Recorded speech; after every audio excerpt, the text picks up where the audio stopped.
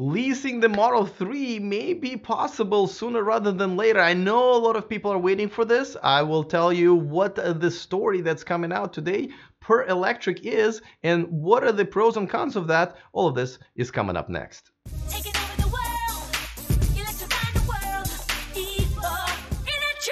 Welcome to E4 Electric, your number one source of unbiased electric car news. Of course, if this is your first time here, go ahead and click on the subscribe button.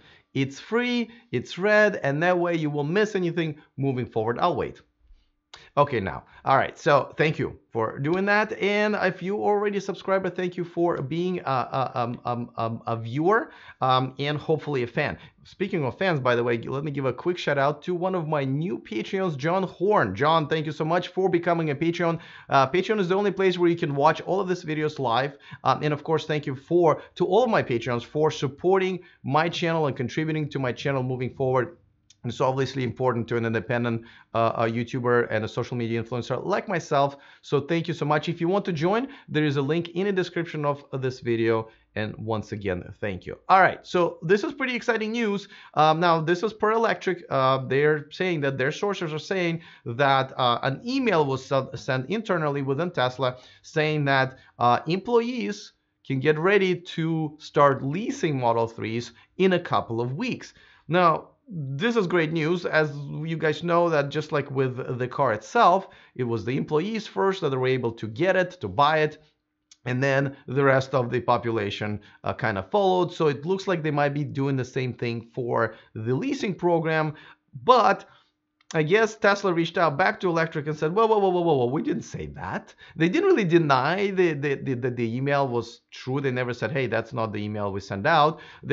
So we're assuming it's true, but they said, well, we're just thinking about it, and this is just to prepare for our employees, and they kind of backpedaled it, but the email was sent, they're not denying it, and it does look like they are at least thinking about, implementing the lease program for the employees. Not quite sure why for employees only, because I could understand why the first Model 3s went to the employees, because obviously they kind of wanted to use their own, people to test the very first cars that were being produced. Not really sure what's there to test with the leasing program. So that's a little odd, but at the same time, leasing is a big deal. Now, Tesla has been kind of staying away from leasing the Model 3 because financially, it looks that, when you purchase a car for cash or even when you finance, Tesla the finances on paper up front look much better than if those cars would be leased. And since, Tesla is just trying to be and stay profitable, this can really, jeopardize that, especially, it's going to be a tough quarter. It is a tough quarter for them with the, tax credit being cut here in the United States and having to transport a lot of these Model 3s, which takes weeks to Europe and China and start selling them there. So they obviously don't want to jeopardize that. They were very open about it during the earnings call, and that's understandable. But what this is going to do once it's available, it is going to do a couple of things. Once again, maybe not so great for the company, but this is great news for consumers. Before I tell you what it is, and I think I've done quite a few videos about that, let me remind you that this video and this channel is sponsored by Evanex, accessories for all Teslas, leased or purchased. Mine's leased, and I have a few accessories for Evanex. Enjoy them greatly. There's a discount code in the description of this video. Go ahead and save yourselves a few bucks. So yeah, enjoy. All right, so back to the Model 3, and by the way, I love this picture. Anytime I have a chance to put this picture up, I will. These are the Model 3s, beautiful red Model 3s, waiting to be received at the port in Europe, and that's what's happening right now. But leasing versus buying, I always recommend, unless you drive like over 20,000 miles a year, unless you really want to run your car into the ground and keep it for a really long time, or modify the heck out of it, where the warranty gets voided.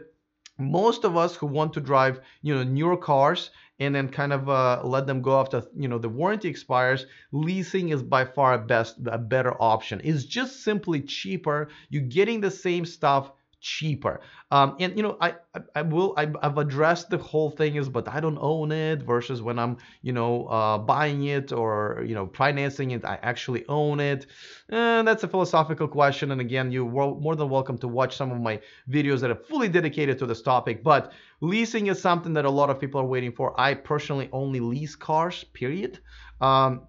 Because I do think the math adds up to a huge advantage.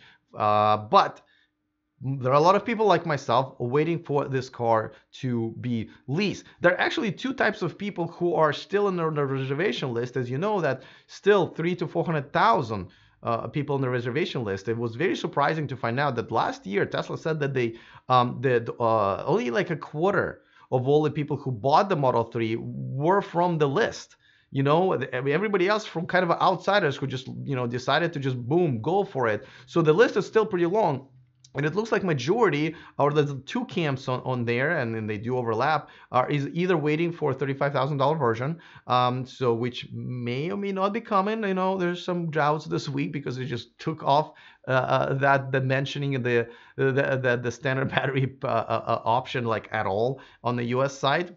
Completely different video that I posted yesterday. But also the other group is waiting for these cars to be leased. Some people will just not buy or finance the car. And of course, that will drum up the demand that's pretty low right now in the United States. Again, not sure why they're doing the leasing program for the employees only. Not sure why they're denying actually doing it, even though it looks like they're not denying sending the actual email. But we are getting pretty close, and I'm actually looking forward to hearing from you guys in the comment section. Let me know if one, do you prefer leasing over buying? And if so, why or why not? And secondly, are you also someone who's waiting for the Model 3 for no other reason but, you know, for the point when Tesla is going to be offering the leasing deals on them? There is a company that offers leasing for commercial purposes called Accelerate. I'll probably do a story about them pretty soon. But yeah, this is pretty exciting. Looking forward to your comments. Other than that, see you guys next time. And remember to stay charged.